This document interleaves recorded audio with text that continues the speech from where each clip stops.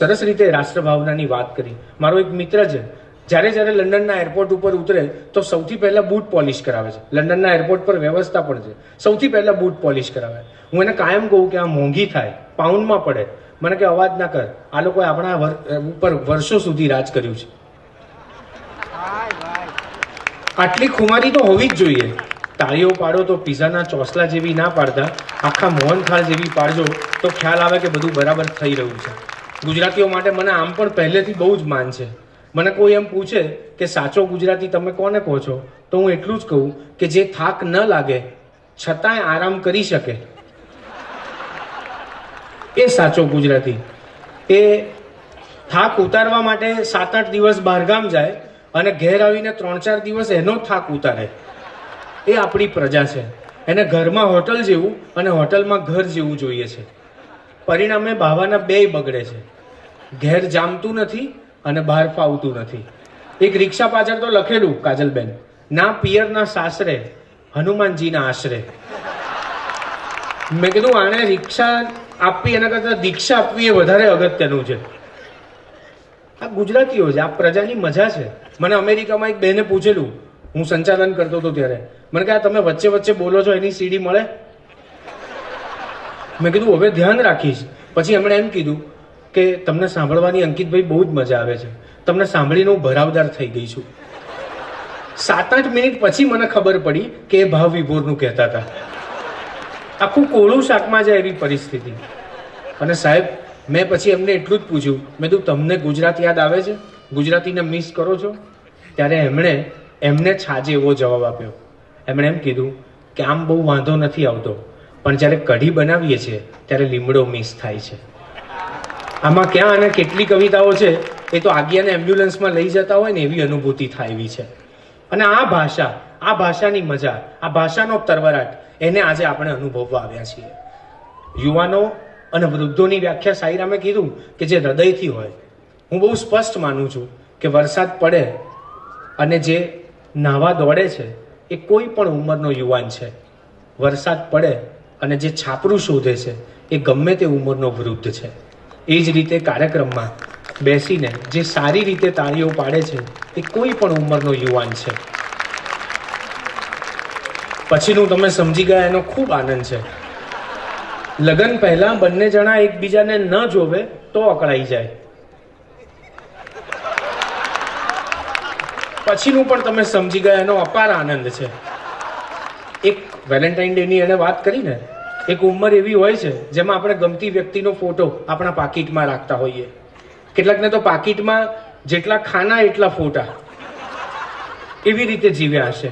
જોકે જેણે ફોટો જોઈને લગ્ન કર્યા છે એવા મિત્રોની વાત હું નથી કરતો. એવા લોકો માટે એક જ સ્થિતિ હોય છે, પહેલા પણ ફોટો જ ગમતો હોય છે, પછીનું તમે ધીરે ધીરે સમજી રહ્યા છો એનો વધારે પડતો આનંદ છે. પ્રેમ છે પણ એવો. મને ઘણા પૂછે છે કે સાચો પ્રેમ કઈ ઉંમરે થાય? મેં કીધું પ્રેમ થાય એ જ ઉંમર સાચી કહેવાય. આમાં બહુ આગળ જવા જેવું જ નથી.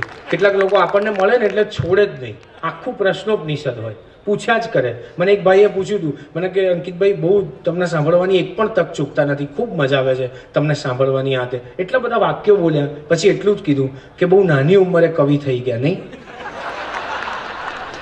મારી જ હાજરીમાં મારા બેસણામાં આવ્યા હોય એવી અનુભૂતિ એમણે કરાવી. ખબર જ ન પડે ભૂત કોણ છે ને અદ્ભુત કોણ છે. મને કાજલબેન હમણાં 2 દિવસ પહેલા કોઈકે ફેસબુક ઉપર પૂછ્યું, મને કે તમારા વિચારો બહુ સરસ હોય છે, તમે કઈ એપ્લિકેશનમાં એડિટ કરાવો છો? મેં કીધું આ આત્માની એપ્લિકેશન હશે કદાચ, જ્યાંથી આ એડિટ થતું હશે. આપણને લોકો ધારી બહુ લે છે. રાબિયા વર્ષો પહેલા, સદીઓ પહેલા પર્શિયન કવયિત્રી, રૂમી પછીનો એક બહુ મોટો સમય રાબિયાના નામે બોલે છે. મીરાથી પણ પહેલાનો સમય છે. એક હાથમાં મશાલ છે અને એક હાથમાં ઘડો લઈને નીકળે છે. અને વર્ષો પહેલા લોકો એને પૂછે છે કે તું સ્ત્રી છે, તું સંત છે, તું કવયિત્રી છે, તું આ શું કરે છે? અને રાબિયા એ બધાને જવાબ આપે છે કે જો આ જગતમાં ક્યાંય સ્વર્ગ હોય તો મારે એને મશાલથી સળગાવી દેવું છે, અને આ જગતમાં જો ક્યાંય નર્ક હોય તો મારે એને આ પાણીથી ડૂબાડી દેવું છે. આ જગતમાં સ્વર્ગ અને નર્ક જેવું કશું છે જ નહીં. જે કંઈ છે ને એ આ છે, આજની ક્ષણ છે, અહીંયા છે. જેને માટે આપણો આદ્ય કવિ એમ કહે છે કે આજની ઘડી તે રળિયામણી. આ અગત્યની વાત અહીંયા છે કે આજમાં આપણે જીવતા નથી. મને એટલી જ ખબર પડે છે કે ભણેલા માણસ જોડે બેસીને ડિપ્રેશન અનુભવવું એના કરતાં અભણ માણસો જોડે બેસીને ગપાટા મારવા એના જેવું સત્ય બીજું એક પણ નથી. તમે તાળીઓ શેને અનુલક્ષીને પાડી એ મને ખબર નથી, પણ આપણે આમ ને આમ ચાલતું હોય તો બહુ ભણવું પણ નથી. જગતને બહુ જુદી રીતે જોવાની આ સમયમાં આપણને જરૂર છે. તમે જુઓ, વૃક્ષ આપણને છાંયડો આપે છે, પણ વૃક્ષનો છાંયડો એના પોતાના માટે તો પડછાયો જ હોય છે.